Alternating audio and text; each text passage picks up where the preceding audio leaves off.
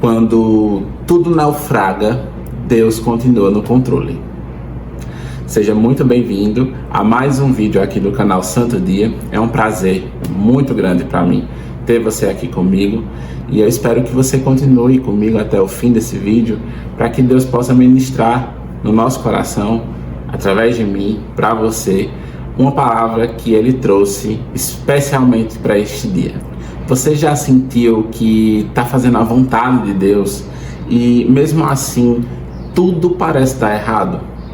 Já obedeceu, já rezou, já confiou, veio a tempestade, veio o náufrago, veio o medo e bateu a dúvida, sabe? Aquela coisa, falta de fé, será? Será que é só isso? Será que tem mais alguma coisa? Será que eu posso fazer mais alguma coisa? Hoje vamos meditar em Atos dos Apóstolos, nos capítulos 27 e 28. Deus ministrou essa palavra no meu coração e foi de muito aprendizado. Eu espero que você tenha essa oportunidade, que você deixe-se ser tocado pelo Espírito Santo, para que Ele ministre também os aprendizados que eu tive com essa leitura, para que você também tenha, para que você absorva esse conhecimento que Deus me deu, para que eu possa te passar também uma palavra de fé, de ânimo, né? Um carinho de Deus para você. E que a gente juntos possamos descobrir que as tempestades, elas não anulam o plano de Deus, né? Eles revelam que realmente precisamos confiar nele, que tudo se baseia nisso, né? Para que a gente consiga deixar a providência divina agir em nós, precisamos ter confiança, a confiança por meio da fé. Para te trazer um resumo histórico aqui do que eu estou falando, são capítulos longos, né? Os capítulos 27 e 28 do livro de Atos dos Apóstolos, é um pouco extenso, então leia aí na sua casa, mas eu vou trazer aqui um resumozinho, para que a gente possa entender melhor o que a mensagem diz para a gente, tá? Nesse dia. Acompanhamos a última grande viagem de São Paulo, narrada nas Escrituras. Paulo está preso, né? Ele é levado de navio para Roma, onde deverá testemunhar diante do imperador daquela época. Durante a viagem, ele alerta sobre os perigos do mar, mas a sua palavra, o seu alerta, ele é ignorado pelos comandantes, né? Pelas pessoas que estão conduzindo ali aquele barco. Uma violenta tempestade se levanta, né? O navio perde o controle, todos ali entram em desespero e a esperança humana vai indo embora porque estão confiando em si mesmos, né? Ignoraram a palavra de Deus por meio do seu profeta ali, por meio do seu apóstolo, que era Paulo. Mesmo assim, Deus tem misericórdia e revela a Paulo que nenhuma vida ali seria perdida, né? Que o navio que estava ali prestes a naufragar, todos sobreviveriam e chegariam à ilha de Malta sãos e salvos. Lá, depois de muitas dificuldades, chegando nessa ilha, depois do náufrago de fato, Paulo enfrenta novas provações, realiza curas e por fim chega a Roma, onde anuncia o evangelho com ousadia, mesmo acorrentado, mesmo preso. Essa história nos ensina que Deus conduz a missão até o fim, mesmo quando tudo parece perdido, mesmo quando nossa fé está fraquejando, quando a gente está ali capengando, querendo desistir. Deus laça a gente de novo, mostra que não é assim, nos adverte, nos admoeste, nos ensina para que a gente não desista e continue a batalha, continue a perseverar no caminho dele, por meio de Jesus Cristo, óbvio que é o caminho, e pela ação do Espírito Santo em nós. Dito isso, depois desse resuminho, a gente vai dividir esse tema em 8 partes pequenas para que a gente possa ir entendendo devagar o que essa palavra quer nos mostrar hoje, certo? A primeira parte é quando a voz de Deus é ignorada, né? Ali no comecinho a gente fala que Paulo adverte o centurião, que era ali o seu chefe, que estava comandando ele, né, como preso, de que a viagem seria muito perigosa indo por aquele caminho que eles escolheram. Lembrando que ali seria um inverno muito rigoroso e eles passariam ali por um caminho muito perigoso, né? E ele adverte isso. Mas o homem confia no piloto do navio mais do que no seu servo, né? No servo de Deus. Em Provérbios, capítulo 3, versículo 5, diz que confia no Senhor de todo o teu coração e não te apoies em tua própria prudência. Isso nos ensina muito, né? Quantas vezes ignoramos Deus porque achamos que sabemos mais que Ele? Isso é uma ilusão terrível, porque a gente toma muitas decisões, né, sem a oração, sem o diálogo, sem a permissão divina. E o que a gente pode esperar disso? Maus frutos. Infelizmente, a gente vai colher um sofrimento que poderia ter sido evitado, né? Daí a gente vai entrando aí na parte 2 do texto, né? A gente vai dividindo o texto em partes assim, para que a gente possa ir compreendendo melhor, né, a mensagem. Nessa parte 2, nos mostra a tempestade e a noite de fé. O vento fica muito violento em determinado período ali da viagem deles de navio, né, e lança o navio à deriva. Eles perdem totalmente o controle do navio. O navio fica ao relento no mar, né, sendo guiado pelos ventos da tempestade. Isso é muito perigoso. Então eles perdem ali aquele controle, né, mínimo que eles tinham sobre o navio, e começam a jogar as cargas que eles tinham no navio para que o navio ficasse mais leve. Eles começam a jogar as coisas no mar, né? Jogam equipamentos fora, enfim, mantimentos, coisas importantes para a viagem, né? E por fim, eles vão ali perdendo a esperança, eles vão ficando fracos na fé. No Salmo 130, verso 1, diz: das profundezas eu clamo a vós, Senhor. Então, há ali um clamor de Paulo, né, para que Deus mudasse a situação. E Deus permite a tempestade quando Ele quer nos ensinar a depender somente dEle. Muitas vezes é isso que acontece. Muitas vezes nós passamos por dificuldades na nossa vida, não porque Deus mandou, simplesmente assim, mas Ele permitiu, de certa forma, porque a gente vai começar a aprender, né? Já que a gente não aprendeu pelo amor, a gente vai ter que aprender pela dor. Esse ditado é cruel às vezes, mas é muito real, né? E Santa Teresa d'Ávila dizia: não te perturbe, não te espante, só Deus basta. É na fé que tudo muda, é na fé que as coisas acontecem de forma sobrenatural, porque a gente está mais suscetível ao querer de Deus, ao agir de Deus, de acordo com a vontade dele, que é santa, perfeita e agradável. A gente não sabe de nada e é isso, né? Vamos agora caminhando para o parte 3, que a gente vai entendendo que um justo salva todo mundo. Então, assim, Paulo se levanta no meio daquele caos, né, desespero, e declara: não haverá perda de nenhuma vida.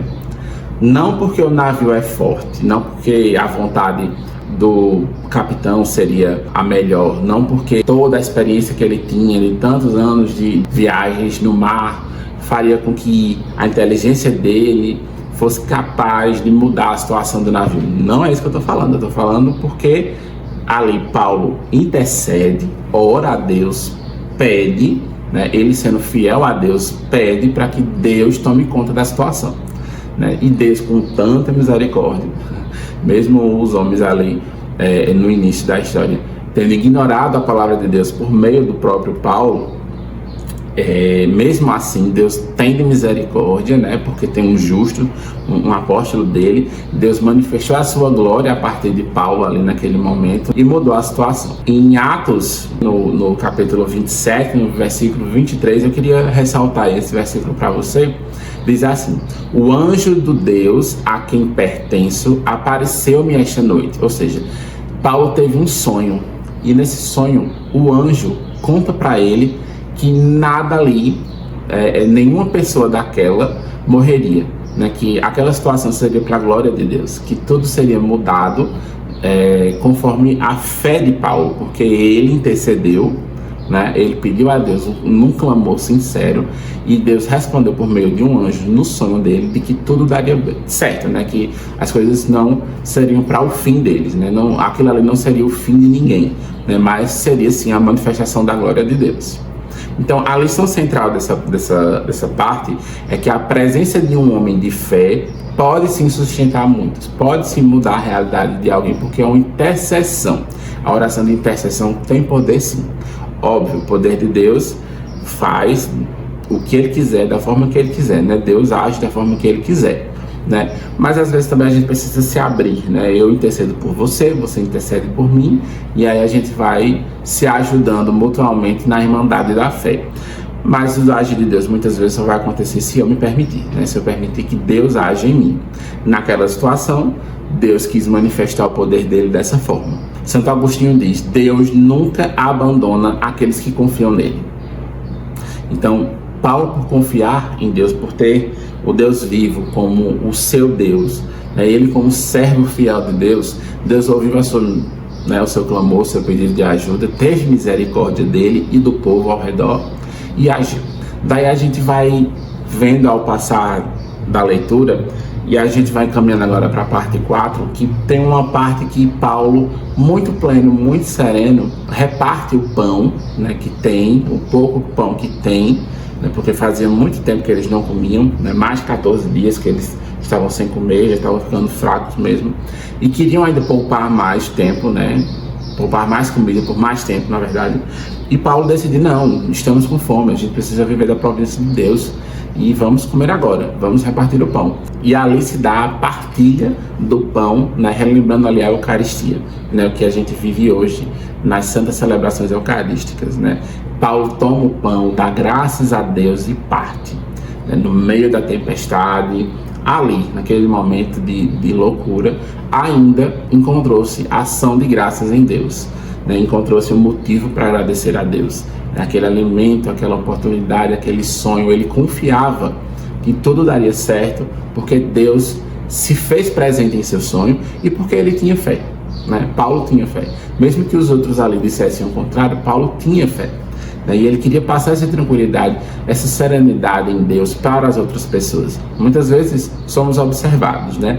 A gente que é de igreja há muito tempo, às vezes algumas pessoas ficam nos observando, né? E isso pode ser uma forma de testemunhar a fé em Deus e o agir de Deus na nossa vida. A gente precisa ter esse discernimento, né? As pessoas nos enxergando, nos vendo os nossos movimentos, as nossas palavras, as nossas ações e decisões, pode despertar neles, né, a vontade de querer servir ao nosso Deus. Isso é muito importante e a gente precisa ter muito cuidado. A gente precisa ser muito verdadeiro e vigiar sempre. Aqui tem outro ensinamento, que agradecer durante a dor e não perder a fé é primordial. A gente precisa agradecer a Deus mesmo com o sofrimento, gente, mesmo com a dor. Não é fácil mesmo não, isso muitas vezes vai contra a nossa natureza humana, pobre de entendimento, né? Muitas vezes a gente não tem uma maturidade de fé nesse nível, né? Que a gente precisa agradecer a Deus, mesmo com coisas ruins. Sim, precisamos.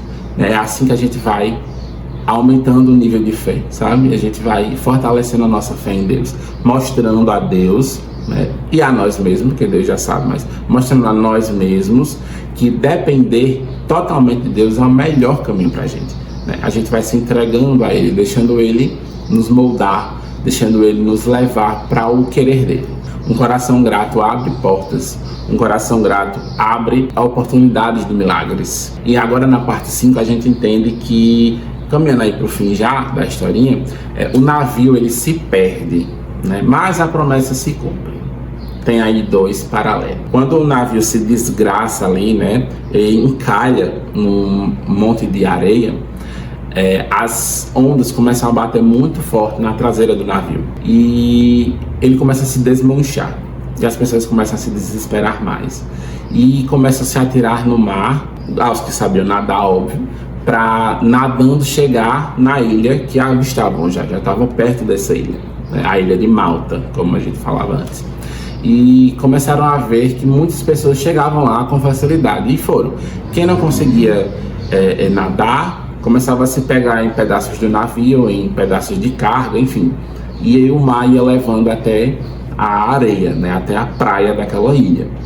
E assim todos foram se salvando. Então a gente vê que mesmo na tempestade, mesmo na dor, mesmo no sofrimento, Deus cumpre sim as suas promessas da forma muitas vezes que não imaginamos, né? A gente espera que seja de uma forma, aí Deus vai e mostra de outra, mas cumpre de uma forma perfeita, né? E a gente sai dessa tempestade de outra forma, né? A gente entra uma pessoa e sai outra, né? Porque o aprendizado que a gente teve nesse período é um aprendizado que vai ficar no nosso coração para sempre, né? Vai ficar marcas no nosso espírito para todo sempre. Nesse sofrimento a gente vai aprender, vai adquirir muitas virtudes pela ação de Deus. O Espírito Santo vai nos ensinando e nos doando esses dons, esses carismas, essas habilidades, essas virtudes que só Ele pode nos dar. Aí a gente precisa parar e pensar assim, que Deus pode permitir que nossos planos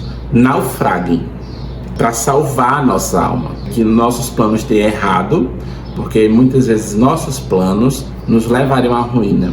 Então, quando a gente deixa Deus agir, Ele vai nos mostrando a verdade, né, nos direcionando, nos respondendo às orações, e a gente vai entendendo, né, com maturidade, conforme o tempo vai passando, que o nosso plano não era bom, não era o plano ideal. Eu tô falando isso com causa própria, viu? Como eu já disse em vídeos anteriores, depois com muita calma, eu venho aqui contar a vocês o meu testemunho, tintim por tintim, vocês vão entender o que eu tô falando, mas entendam isso, né? Muitas vezes o nosso plano não é o ideal. Deus, sabendo disso, Ele obviamente permite que algumas coisas não aconteçam, a gente sofre, né? A gente não entende, mas conforme o tempo vai passando, Deus vai nos mostrando, a gente vai aceitando, e aí sim a gente vai tendo entendimento, né, de que aquilo não era bom, e que mesmo o plano de Deus não chegando ainda, a promessa dele não chegando, não se cumprindo ainda, a gente está no caminho certo. Em Isaías, no capítulo 55, versículo 8, diz: meus pensamentos não são os vossos pensamentos. Quer dizer que os planos de Deus são muito melhores, muito maiores daquilo que a gente possa imaginar, daquilo que a gente possa sonhar um dia. A gente precisa crer mais nisso, né, nessa promessa de Deus, de que os planos e a vontade dele é soberana e muito melhor para a gente. Na parte 6, né, quando eles chegam ali na ilha de Malta, não quer dizer que está tudo bem, viu? Chegaram, a promessa se cumpriu, né? Chegaram todos sãos e salvos, mas ainda passariam ali por algumas provações. Paulo, especificamente, ele escapa, né, do mar, da morte no mar, e é picado por uma serpente lá na ilha. E alguns nativos ali daquela ilha começam a dizer: nossa, esse homem é mau mesmo, porque ele sobreviveu ao náufrago do navio, tá aqui, mas foi mordido por uma serpente venenosa, vai morrer. Como ele é ruim, o Deus dele certamente quer que ele morra. Vã pensamento, né? Eles nem sabem o que estavam falando, né? Quem acha que depois da tempestade não haverá luta ainda não entendeu a fé, né? A fé vai sendo construída conforme os acontecimentos da vida. E essa parte da história nos mostra isso. Mas nada acontece com Paulo. Paulo sai totalmente bem disso, ele sacode a cobra para lá e nada acontece. Vida que segue, passa-se o tempo, nada acontece com ele, os nativos veem que ele tá vivo, tá bem, continua vivendo, e eles se espantam, né? Eles dizem: nossa, o Deus dele é poderoso mesmo, cuidou dele ali e aqui. Poxa vida, estou impressionado. E eles começam a comentar entre si lá. A história vai nos dizendo isso. E São Gregório Magno nos fala que o justo permanece firme em toda circunstância. Foi isso que Paulo fez. Sobreviveu no navio, sobreviveu à picada da serpente, porque ele tinha plena convicção e fé de que Deus estaria com ele em todo momento e que aquilo ali não seria o fim. Ele ainda não tinha cumprido a missão dele por completo, né? Então ele precisava continuar. Ele simplesmente sacode a cobra e continua o seu propósito, a sua caminhada em Deus. A missão continua. E agora a gente entra na parte 7 do nosso tema, né, de hoje. Paulo cura, Paulo evangeliza, ele serve a Deus, né? Porque a dor não paralisou ele, a missão continuou porque ele não caiu diante das dificuldades, diante dos cenários ruins, diante das tempestades que acometeram a vida dele ali naquele período de viagem. Tanta coisa que tinha para derrubar ele, tanta coisa que poderia ter feito ele se prostrar aos pés do sofrimento, aos pés da dificuldade, mas ele preferiu, mesmo caindo, olhar para o céu. Ele preferiu continuar acreditando em Deus. E isso é um ensinamento muito perfeito para a gente continuar servindo a Deus, mesmo quando a gente chora, mesmo quando a gente sangra, a gente ir lá, passar uma mensagem de amor, de reconciliação com Deus, mesmo falando daquilo que nos fere, mesmo falando da nossa dor, sabe? Para que a gente possa testemunhar na nossa vida, né, o amor de Deus, e testemunhar na vida do outro a providência divina em nossa vida. Isso é maravilhoso. A gente dói, né? Assim, a gente sofre, a gente sente o peso emocional e a dor, né, daquele momento de sofrimento, muitas vezes. E enquanto a gente está ali processando aquela dor, aquele sofrimento, a gente precisa consolar a outra pessoa, a gente precisa exortar o outro, a gente precisa dar uma palavra de incentivo, de carinho. Se você nunca passa por isso, é uma sensação difícil de viver, mas depois, quando a gente entende que passa por aquilo, a gente aprende muito. A gente fica muito, não é orgulhoso, mas satisfeito, feliz, porque a gente fez a vontade de Deus. Isso é muito bom mesmo. Então entenda que onde você caiu, Deus quer te levantar para curar outras pessoas também. Ele usa a tua dor muitas vezes para mostrar às outras pessoas que isso não é o fim. O sofrimento muitas vezes não é o fim. Aliás, nunca é o fim, porque quem crê em Deus, quem crê no amor de Deus, quem crê na salvação em Jesus Cristo, tem vida eterna, né? A vida é eterna. Muitas vezes a gente sofre muito aqui nessa terra, mas a glória de Deus lá na eternidade vai ser justa e perfeita, pode ter certeza. Agora a gente vai para a parte 8, a parte final do nosso tema, que é quando Paulo chega em Roma, né? E o evangelho chega com ele, que ele vai cheio de aprendizado, cheio de testemunho, cheio de amor da palavra de Deus, para dizer às pessoas, né, a quem se abrir a palavra de Deus. E ele chega a Roma acorrentado mesmo, preso, ainda ali naquela situação, passa pelo julgamento ali com os romanos. As pessoas não veem nele algo a condenar para a morte, como os fariseus daquela época queriam, né, que ele fosse condenado à morte, mas não encontraram ali erro suficiente para isso, porque ele não tinha erro nenhum, ele só estava falando, pregando Jesus, e eles chamavam de seitas, chamavam de palavras contrárias ao Deus, né, que eles estavam defendendo. Mas o que eu quero dizer é que o evangelho chegou livre para ser dito, né? Ele ficou preso em casa, mesmo acorrentado, mas ele tinha livre acesso para evangelizar quem quisesse chegar na casa dele, né? As pessoas chegavam lá e ele anunciava o reino de Deus sem impedimento algum. É como diz o versículo 31 do capítulo 28 do Atos dos Apóstolos, né? Então assim, nada pode deter a palavra de Deus, nada, absolutamente nada. Quando Deus determina uma coisa, ela vai acontecer, né? Aí, algumas vezes a gente vai atrasar os percalços aí da vida, porque a gente vai escolhendo de forma imprudente, né? Sem a vontade de Deus muitas vezes, e a gente atrasa, né? Que a bênção chegue pra gente. Mas ela vai chegar, ela vem e vem com poder, vem com glória e vem com o amor de Deus, a misericórdia de Deus. Talvez seu navio aí esteja quebrando ainda, não sei, talvez esteja capengando para um lado para o outro, talvez a sua fé aí não esteja madura o suficiente para entender as coisas que estão te acontecendo, mas isso é um convite para você se autoanalisar. Entenda que Deus não perdeu o controle da sua vida. Se você se entregou a Ele, Ele está no controle. Às vezes você é que não está entendendo o tempo que você está vivendo. É importante você parar e entender. Talvez ali você esteja no meio da tempestade e não consegue enxergar, né? Muito ansioso, murmurando muito, reclamando muito, né? Vendo sempre o lado negativo das coisas. Isso não está ajudando. Então se retira desse lugar de reclamação, de murmuração, se retira desse lugar de ingratidão e começa a enxergar os motivos de louvar a Deus, de agradecer a Deus, os motivos de mostrar que Deus tem poder na sua vida, sabe? Porque Ele tem.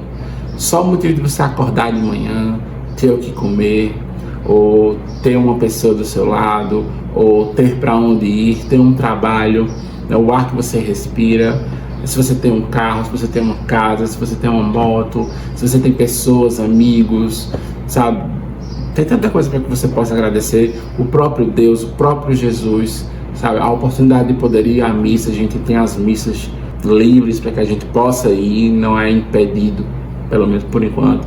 Não existe restrição ao acesso às igrejas, então agradeça a Deus, porque tem muitos motivos para você agradecer, mais do que você imaginaria, com certeza.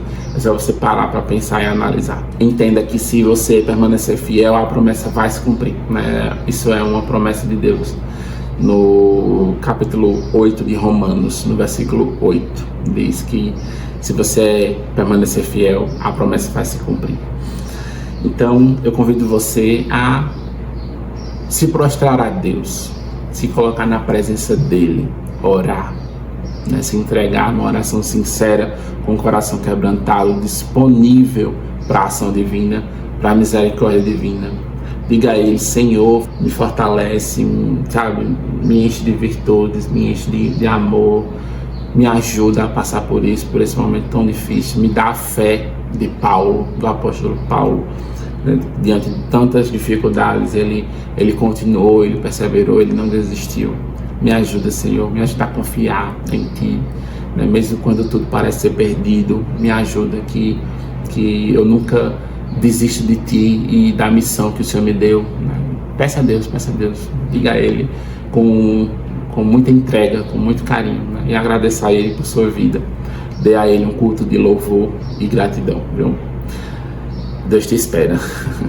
Então, um abraço para você, muito obrigado por ficar até aqui. Se você puder, curta esse vídeo, compartilhe, se inscreva no canal, vai ajudar para que a palavra de Deus chegue a outras pessoas, né? Que essa mensagem que você recebeu possa ser compartilhada com outras pessoas também, né? E eu desejo a você um santo dia na presença do Senhor.